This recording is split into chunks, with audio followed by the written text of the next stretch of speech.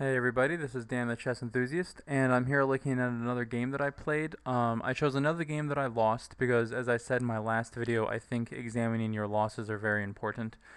Finding out where you went wrong, mistakes that you made, tactics that you may have missed or given your opponent a chance to play against you, and see where you can improve your play for the next game. I chose this game because I actually feel I played pretty well up until the very end, and then I just made one or two mistakes in the end game, which allowed my opponent to win a pawn or two. And in the end game, that's the equivalent of losing the game. So let's get into this and see how we played. So I open up with e4. My opponent responds d6. I'm not quite sure what kind of defense system this is. Much more common is immediately e5 or even c5, getting into the Sicilian, but this is what my opponent played. I push to d4. He plays knight out to f6, and I develop knight to c3, which is protecting the pawn on e4. He plays g6, getting ready to fianchetto his bishop. I play bishop out to c4, and my opponent fianchettos. I play knight out to f3, and both sides castle on the king side. From here, my opponent plays knight out to c6, and I push the pawn to e5. So after we exchange pawns on d5, this is opening up the d file for a queen exchange right here, and my opponent actually does that, and we exchange the queens down on d1. But in doing so, what my opponent has allowed me to do is gain control of this now open d file with my rook sitting here on d1. From here, my opponent plays knight down to d7 because the pawn was attacking it, sitting here on f6. And from here, I kind of made a miscalculation. This pawn has three attackers on it, and there's no way that I'm going to be able to defend it. So what I actually ended up playing in the game was bishop to f4, trying to defend it anyway. Of course, that pawn can still be taken. But if we go back, I think a better move for me in this position would have been to push the pawn immediately to e6. And there are two ways that black can respond to this. The better way, of course, is to try to save the knight. You can play something like knight on d to e5, but after we have the exchange on e5, I can hit the check with f7, and the king can peel off to h8, and then I can save the bishop and pull back to e3. And then he can play e6 to sever the connection between my bishop and my pawn. And this is actually a much better position, except that the board is a little more open. The king side, the castled position for black is a little more busted compared to the white castle position. But this is, a fairly equal game. However, if we go back, if I push the pawn to e6, a mistake would be to try to capture the pawn with pawn on f6. I'm sorry, with the pawn on f capturing on e6, because what can happen is I can hit a check, and then once the king goes to h8, I have two attackers on this d7 knight, and the knight only has one defender, so I'm going to win it. I can capture the knight, he can capture, I can recapture, and he's dropped a piece in this position. So I think if we go back to here, a better move would have been for me to push e6. However, that's not what I did. Instead, I tried to defend my center pawn with bishop out to f3, bishop out to f4, I'm sorry.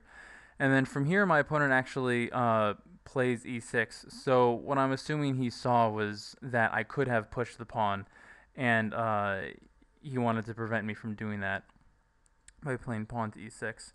And then from here, I play knight to e4. Not quite sure what I'm doing. Maybe I'm just trying to reposition my knight, get it a bit more centralized. Honestly, I don't remember looking at this now. But again, I think a better move would have been maybe rook to e1, because that would have allowed me to get the three defenders on this pawn. And the pawn is not safe yet because if you had one more attacker, then the pawn's going to fall. But still, this would have maybe been a little bit better to try to hold on to my center pawn. So I play rather, knight out to e4. He captures, and I capture with the knight, and he recaptures with the knight, and I decide at this point that I don't want to go down any further. The exchange, right now I've dropped a pawn, and I think that that's enough for now. So I just pull the bishop back to b3. He plays pawn to b6, probably getting ready to fianchetto his light square bishop. And from here, I play rook over to e1. What I'm hoping of doing is moving the knight on e4, and then I would have two attackers on the knight here on e5. My opponent plays c5, which is kind of a mistake because what this allows me to do is play knight out to d6, and now I'm attacking his light square bishop.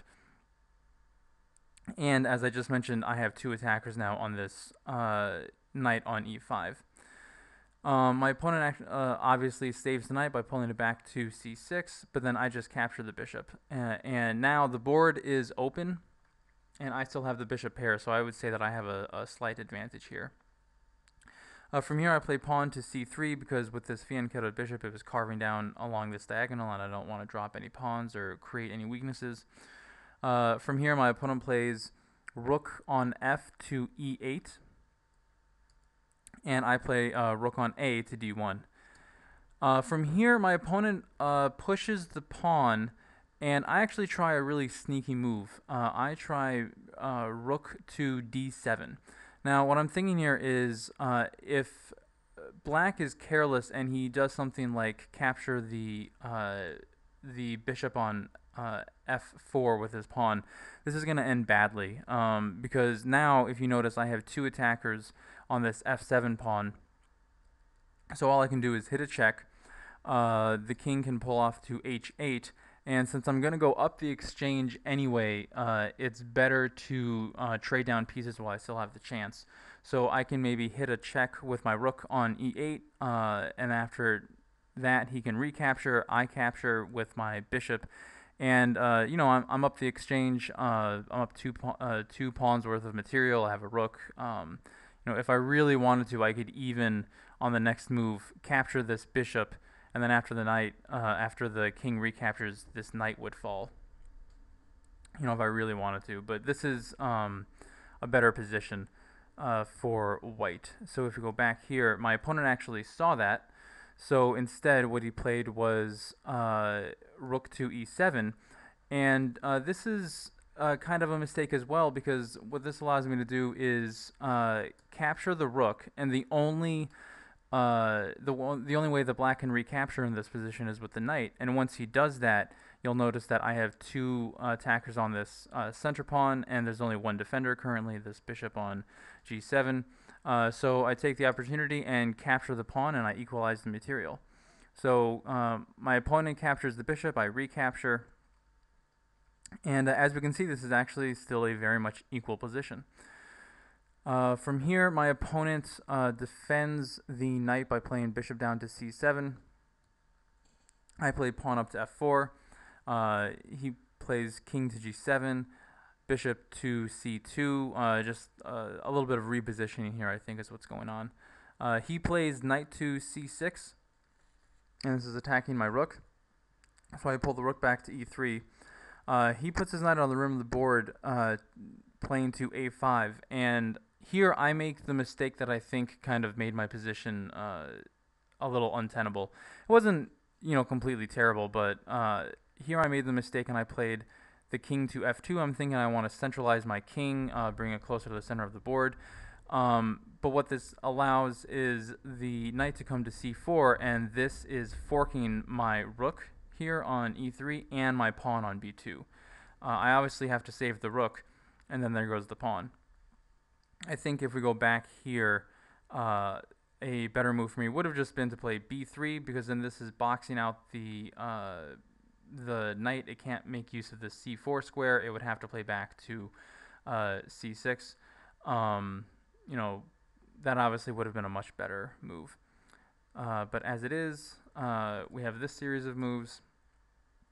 And from here, I play bishop to b3, which is, of course, opening my rook to attack the knight sitting on b2. And then he just pushes c4. Now I realize that there's not really a good place for me to put my bishop here. You know, bringing it to a4 would lose it. Bringing it back to c2 would be kind of pointless, and playing it to d1 would also lose it. So instead, I just capture the knight. He recaptures the material and with his pawn on b3, and then I just capture the pawn. And you know, in this endgame position, the fundamental difference here is that I now have an isolated pawn on the c file, whereas his queenside pawns are still connected. And this is actually the weakness that I talked about in the beginning of the video. This is what I feel made my position a bit untenable. And I just later on you'll see I made one more mistake that lost me this c pawn, and I had to resign.